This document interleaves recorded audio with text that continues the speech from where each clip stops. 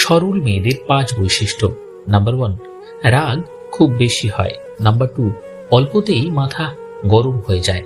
Number 3, রাগের মাথায় উল্টো পাল্টা বলে দেয়। নাম্বার 4, মুখের উপর জবাব দিয়ে দেয়। নাম্বার 5, সবকিছুর পর নিজেই কষ্ট পায়। স্ত্রীকে খুশি রাখার 4টি উপায়। নাম্বার 1, সময় পেলেই স্ত্রীর পরিবারের প্রশংসা করুন। নাম্বার 2, স্ত্রীকে উপহার দিতে ভুলবেন না। নাম্বার 3, সব সমস্যায় স্ত্রীর পাশে থাকুন।